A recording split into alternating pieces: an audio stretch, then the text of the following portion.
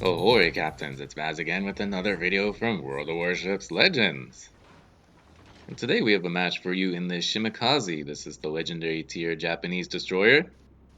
And we are playing Season 9 of Arena mode on the map Crash Zone.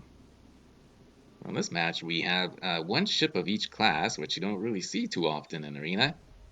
And it is kind of funny that each cruiser on all four teams is an Alaska. So let's see which Alaska does the best, huh? Spoiler alert, it's not gonna be ours. I only really play the Shimakaze very rarely now. Only when I've exhausted all the first win bonuses on my other legendary ships. I'm sort of over those Japanese stealth torp boats. The gameplay is just not really for me. There's nothing really wrong with it. It just feels weird to play a ship and not fire its guns. My trigger finger gets so itchy playing these types of ships. As I alluded to, we're just kind of playing the Shimakaze for the win bonus to try and sneak up into the top 10% at the last minute. That win bonus gives you that 1.5 XP multiplier, which is useful for ranking up the leaderboard quicker, so why not?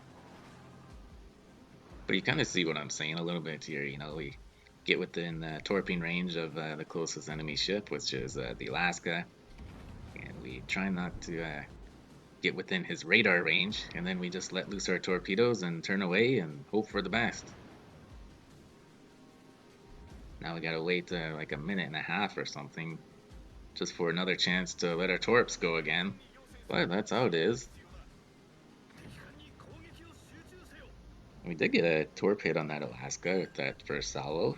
I don't know what the hell our Alaska is doing other than trying his best to die first. And how in the world do you take a full broadside of torps from the enemy Kabrask, who only has 6 kilometer torps, when you're in Alaska and you have sonar and radar? Doesn't really make sense to me, but to each their own. I do try to get him to retreat, but it looks like he's committed.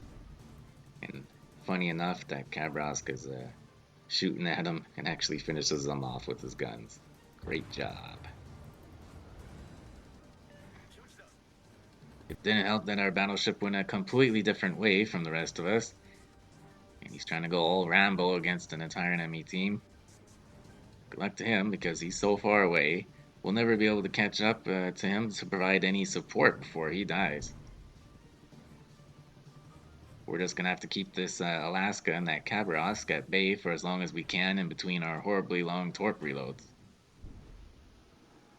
And to be fair, when you're able to let loose 15 torps at the same time, it makes sense to have a slow torp reload. But that just compounds my frustration with playing these ships. You really do have to be patient, like I'm talking the patience of a Buddha. But there we went with our second salvo of torps. Lined them up on the Alaska. We knew that if he was headed in that direction, he'd be pinned between our torps and the island.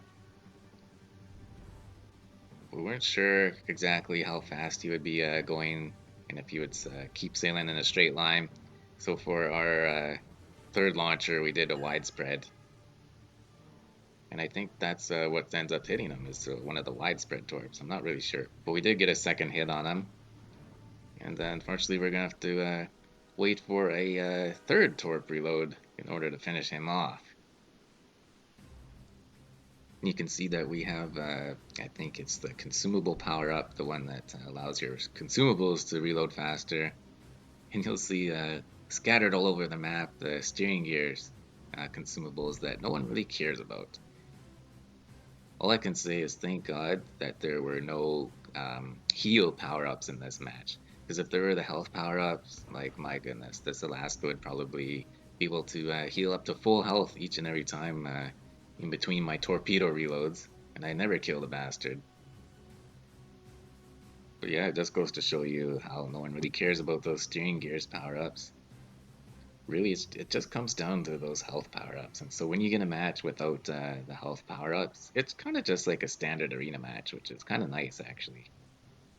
Well, now this Alaska's turning away from us, so we kind of got to chase him a bit. And unfortunately, you can see on the sort of middle right portion of the screen that we are located by enemy twist and track. And I'm gonna guess that it's the enemy Cabrosk. He's probably hunting us right now. And oh boy, we just lost our friendly battleship. We are really behind the 8 ball now. And there we saw the Yamato on the red team. So maybe we could take a torpedo run at him. But then, oh boy, now we've spotted the Cabrosk. And at this point, I'm thinking, with no kills and no teammates, let's just commit suicide, right? I don't want to put in the massive effort that it would take to make this comeback.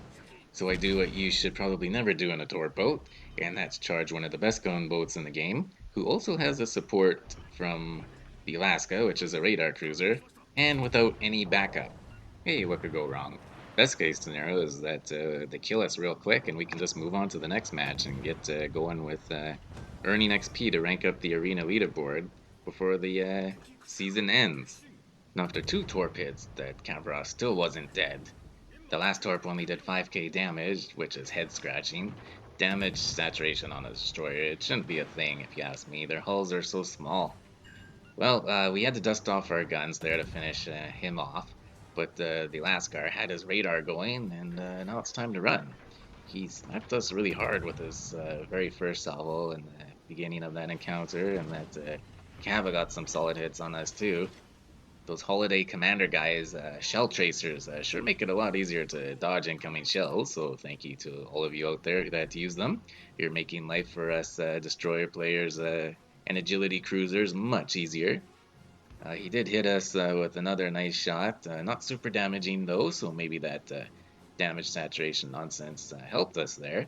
But he did knock out half of the damn ship's modules, and that added another 20 or 25 seconds onto our freaking torp reload time. So, well, while those are reloading, let's get our commander up on the screen.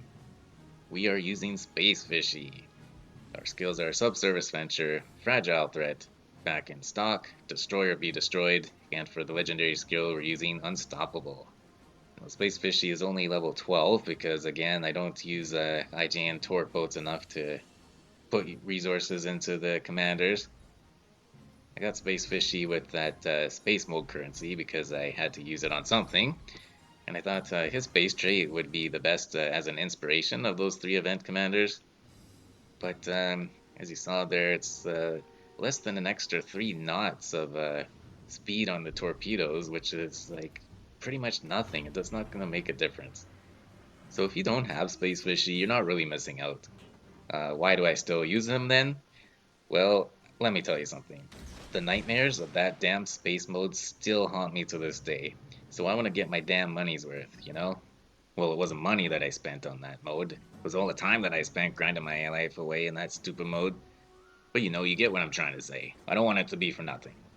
But if you're someone that just has Tanaka, that's absolutely who I'd recommend, even over Space Fishy if you had both. The Japanese torps are already freaking fast, and an extra couple of knots isn't going to make a difference between whether someone can dodge or not dodge it. But with Tanaka's extra damage, it might be the difference between sinking and not sinking a ship, so that's why I'd go with him over Space Fishy. Now we just fast forwarded that long journey back to the cap after we finally dispatched that Alaska.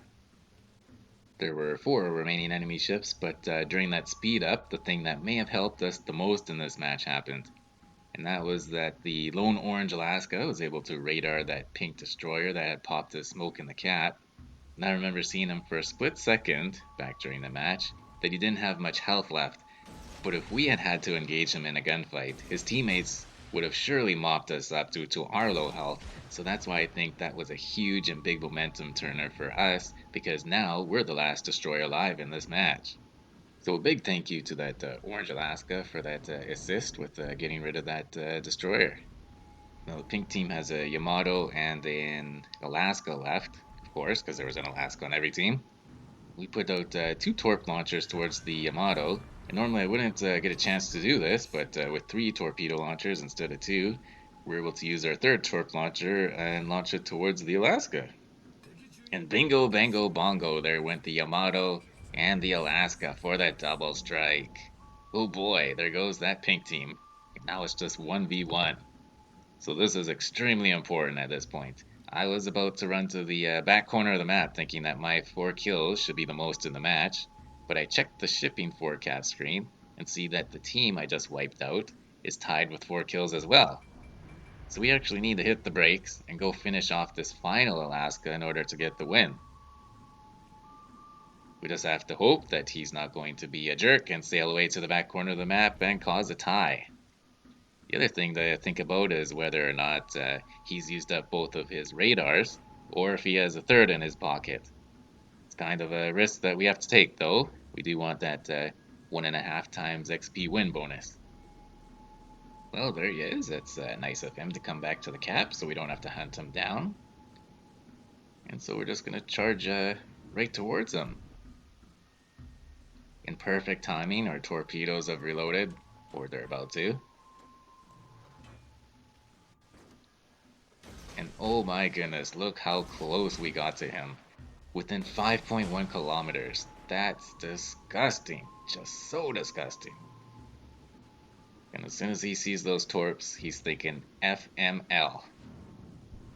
With our giant wall of skill, we're able to bag our third Alaska of the match, and bag ourselves both the Kraken Unleashed medal and a Solo Warrior medal. Knock knock. Who's there? Solo. Solo who? Solo Warrior. Oh god, I need to edit that out. Anyways, here we are at the end screen. We finished that match with 129,000 in damage, our 5 kills, Solo Warrior medal, and the Kraken Unleashed medal, both in the same match. Not only do we get that Solo Warrior, but we got it legit, being the last man standing in the entire match. And we barely broke a sweat. Nah, we really had to work for that one, didn't we? And don't forget that beauty of a double strike medal either. But all personal achievements aside, most importantly, we get the win and our 1.5 XP multiplier bonus. Team screen, we got all our medals and over 3,200 in base XP. Very nice, that's what we wanted. And with our rare ship XP booster, we get almost 10,000 in XP. Not bad. Could have been better, but not bad. Well, if you did like that video, go ahead and hit that thumbs up button. If you want to see more of my videos, hit that subscribe button. Feel free to leave a comment down below. And as always, take care of yourself and do what makes you happy.